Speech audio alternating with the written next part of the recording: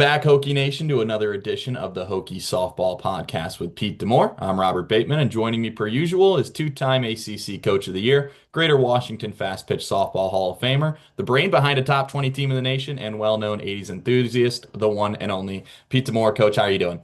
I'm doing great, Rob. How are you? Pretty good. So let's get straight into it. First off, Coach, it's great to be catching up once again, and it's on everyone's mind, so let's just talk about it. A perfect sweep over Georgia at the Georgia Classic for your squad this past weekend, including two wins over number 12 Georgia. What was the biggest takeaway you had just over the Georgia Classic in general? Yeah, a lot of positives from this weekend, in all aspects of the game. You look at the pitching, and we threw really well down there. And the thing with the pitchers, they kept games close, and we don't search for perfection. We don't have to have a lot of zeros. Just don't let the games get out of hand. Don't give up big innings, and give our offense time to make some moves. So the pitching was impressive. Um, Offensively, we swung the bats well.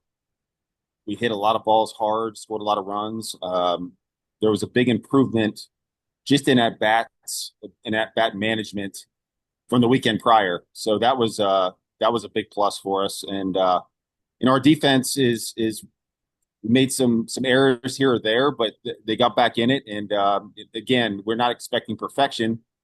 Just make the next one, and we did that as the weekend rolled on. So a lot of positives, and we're looking forward to this weekend.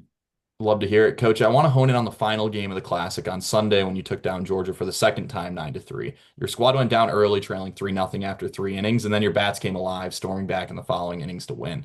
Already early on this season, we've seen the team overcome adversity multiple times, and I just want to know, what is it about this squad that makes them just bounce back so well? I think there's a belief in that we can hit and we can score runs. When you go through a lineup the first time, it's almost a bonus if you score. I mean, you want to, but our hitters get information from what the pitcher's trying to do, and next time through, you have better at bats, and then third time through, you have really good at bats. So there's never a lack of.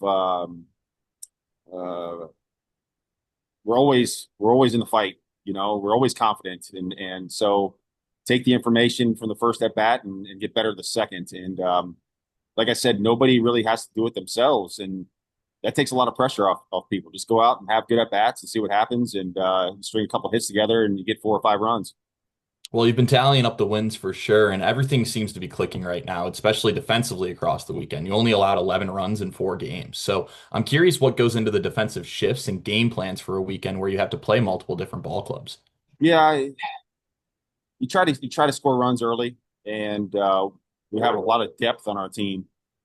So you get the lead, and we're not afraid to go defense. And it's just mix and match, and you're able to do that in softball because you can re-enter. So everybody's ready. You might see some defensive changes in the third inning where previously you wait till 5 or 6. But yeah, it just we don't know how the game's going to go, but you try to score early, and keep the team there. Well, three players that definitely helped with the scoring were Jordan Lynch, Addison Foster, and Kylie Aldridge. They all hit over 510 plus at-bats this past weekend. Your hitters are seeing the ball incredibly well, and I'm curious if you could just give us insight into what teams are doing behind the scenes to see the ball so well. Well, I think it just comes to preparation and practice. It's no secret we don't have easy hitting practices here, and whether it's machine or crazy stuff that I come up with, and that's the big difference in previous years. Haven't totally thrown away the tees, but that doesn't prepare you for facing upper tier pitching.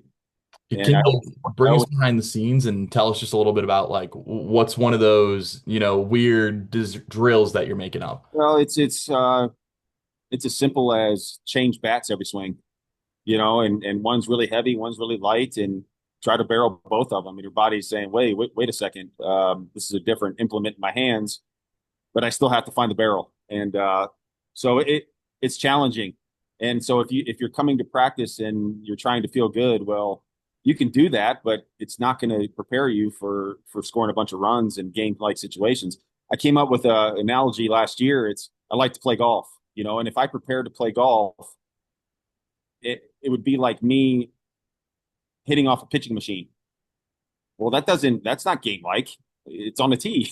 And so why are we going the opposite way? And here's a tee and the ball's not moving. Well, you're taking away 50% of the pitcher hitter battle.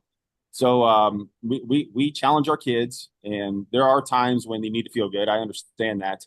But for the most part, it's go get dirty, and practice is gonna be messy, and in the games is when it turns fun. I love it. So Bree Carrico had an extremely impressive weekend, throwing for 7.2 innings and only allowing a single hit with 8 strikeouts. How have you been deciding when to use her, and what have the conversations sounded like with Bree as she grows into an elite closer? Yeah, she's ready. She's ready all the time, and you say closer, and that's true. Last weekend, but we could start her as well, and but she's just matured this year. Mixes her pitches. You can't sit on anything. Her pitches look different. It's fun when she goes out there. She competes. She's not scared, and none of our pitchers are. But she's done a really good job for us.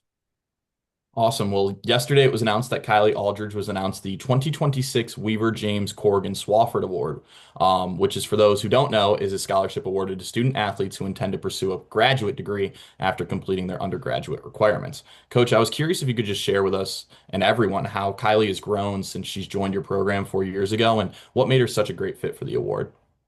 Well, she's been a mature player since she's got on campus. Always been a hard worker, been a great teammate. Just a stalwart. I told her that yesterday. She's been a pillar of our program for 4 years now. And so it's not surprising to me. She's always had right around a 4.0, if not a 4.0 every semester. Takes care of business in the class, comes to work, gets her work in practice. She's still coming early to hit by herself as a senior. Never satisfied with what she's doing. She always wants to get better. So it's not surprising to me. It's a great honor for her. And like I always tell recruits, she's going to be a millionaire in something other than softball. So hopefully she needs a butler one day, and I'll sign up for it.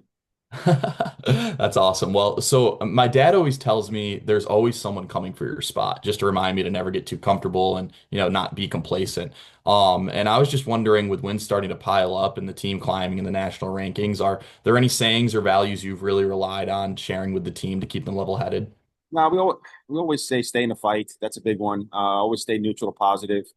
Uh, after and I got a lot of texts this week about, and I understand it. It's 4-0 SEC, 4-0.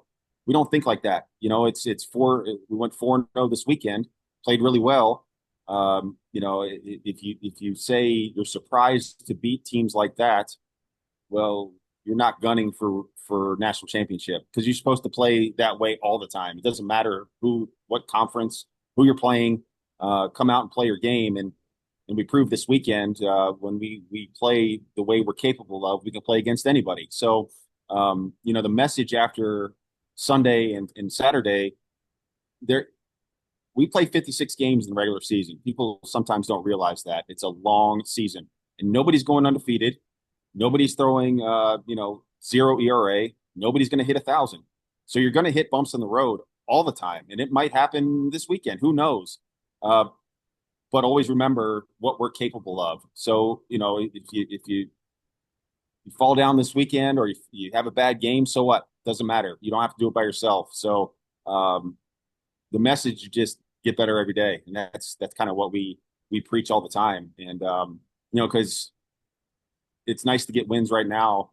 It's nicer to get wins in May and June. I love it. So the Jane B. Memorial Tournament is up next for this weekend in Auburn. 2 years ago, you went to Auburn, so I'm curious if there's anything you're looking forward to on your trip back to Alabama, and how is the team preparing for this next week's road trip? Uh, like normal. Obviously, we can't go outside because there's snow on the ground again. But we'll come inside. We'll have good practice today. We'll have good practice tomorrow. Drive down there on Thursday. Uh, it's a it's a really good tournament. It might be the best tournament on paper that we're going to play this year. So we're looking forward to playing 4, 5 really good games against 3 opponents that are playing well right now. And these games are preparing us for conference. And as far as Auburn itself, I don't know. I really don't go out anywhere. So I'm going to look forward to a good hotel room and better elevators than we had last weekend. There you go. Can you tell us about the elevators? What was wrong? Oh, they're really slow, and they stopped on every floor. So if you're staying on the seventh floor, you're stopping on floor two, three, four, and five, six, so you get to your room. So it was an adventure this weekend. Sounds like a nightmare. All right, let's get into some story time with Uncle Pete. Last week we talked about your family heading down to Georgia with you. Did you guys get up to anything fun over the weekend? No, not really. My sister actually came with my niece and my brother-in-law, and got to hang out with them. Um, got to hear my niece in the stands. I don't really hear people, crowds or any of that, but you could hear every pitch, just the voice. A cool thing, and this isn't family related, but we got to see Kelsey Bennett, one of our former players. And I've said this a bunch that that's one of the coolest things. Wins and all that stuff, they're important. I love to win, and but when you see players that come back and take the time to come see you, and take time out of their lives now, that's a big deal for me. Because you recruit these kids and you know them since they're 17, and now she's 25 or whatever. You know them for 8 or 9 years, longer than that sometimes, and it's just cool to see them and how they grow. And all of our alums are killing it right now. So it was cool to see Kelsey. That's incredible. So, are you an Olympics fan at all? Yeah. What was your favorite event from the Winter Olympics? Well, my favorite event, just in sports in general, is 3-on-3 hockey. And so, Okay. if I could just narrow down, besides softball, of course, one sport to watch, it would be hockey 3-on-3. I think that's the best that's my most favorite event in sports. So we were watching the game on Sunday, and had it in the banquet room. Girls came in to stretch. We had to watch film, and that was exactly when overtime started. So we had two screens going. One was Georgia, one was USA, and all the players were sit up on Georgia, and I was watching the game. And all of a sudden, I said, "Hey, US won." So we had kind of a party. It was fun to watch. No, it was definitely a fun big game, and I mean, a win over Canada is always great, right? So you would say you're more of a Winter Olympics over Summer Olympics guy? Yeah, yeah. I mean, it's hard for me to watch and just be able to because that's the only hockey game I got to watch because we're always working or we're playing. So when I was a kid, it was Olympic hockey. I don't know if I missed school or not, but I remember watching it every game. So that's a big one. That's awesome. So softball is actually returning to the Summer Olympics in 2028 in Los Angeles. Are you going to try and make it out to any of those games? And how many Hokies do you might see? No, I'm not. I'm not going to. I think they're playing. Olympics are in LA, but I think the World's or not the World Series, but the Olympics are going to be in Oklahoma City, I believe. Um, but yeah, I'm not planning to go to that, but I'll watch it. There you go. How many Hokies do you think we might see in those games? Good question. I don't know. Maybe Corey will get her Mexican citizenship and play for Team Mexico. But I don't know. Obviously, a tryout process and all those kind of things. So we'll see. Well, obviously it's cold once again in Blacksburg. Are you a warm weather kind of guy, or do you mind the cold? Mountains or beaches? Which do you lean? Yeah, I mind the cold. I don't like it. Uh, Funny story. When I first got the job, I was talking to Whit, and I said, "Man, I love it and I'm ready." And I said, "But man, my wife is going to be not a fan of the cold." I just tell her it doesn't snow, it doesn't get cold here, and it worked. I got her here. It's just been really cold lately. This has been the most challenging winter we've had since we've been here, but that's fine. I mean, you take the good with the bad. There's nothing like the other three seasons and most of the winter in Blacksburg. So, but I'm a spring person. Summer, fall. I love all of it. Just so you can go outside, do things, play golf. Sit in your back porch. But right now, I'm hunkered inside. Yeah, I'm definitely trying to warm up here as well. Be sure to check out VT softball back in action this weekend in the Jane B. Moore Memorial. As always, a big thank you to Virginia Tech softball coach Pete DeMoore. I'm Robert Bateman, and we'll see you next time on the Hokies Softball Podcast with Pete DeMoore.